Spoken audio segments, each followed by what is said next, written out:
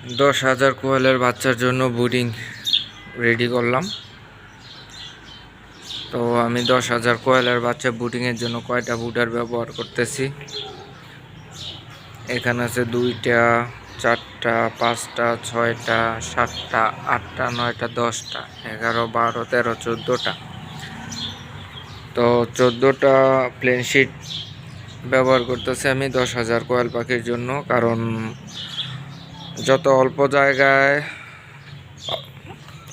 অল্প পরিসরে কোয়েল পাখি বাচ্চা ব্রুডিং করা যায় ততই সুন্দর হয়। যদি আপনি একটা ব্রুডারে 1000 বাচ্চা দেন তাহলে হবে, কিন্তু আপনার মর্টালিটি বেড়ে যায়। কোয়েল পাখি যেহেতু ফাইলিং করার কারণে অনেক পাখি মারা যায়।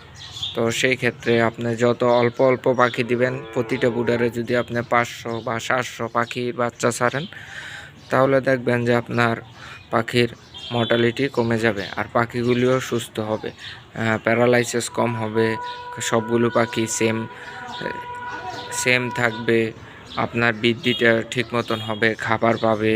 তো এই কারণে আপনারা যারাই কোয়েল পাখির ব্রুডিং করেন তারাই চেষ্টা করবেন যাতে বেশি ব্রুডারের নিচে অল্প করে পাখি ছাড়া যায়। মানে প্রতিটা ব্রুডারে 500 থেকে 700-র ভিতরে বাচ্চা ছাড়বেন, তাহলে দেখবেন আপনার রেজাল্ট খুব ভালো আসবে।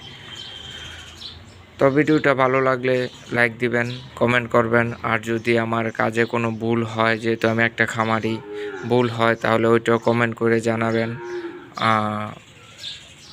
জানাবেন।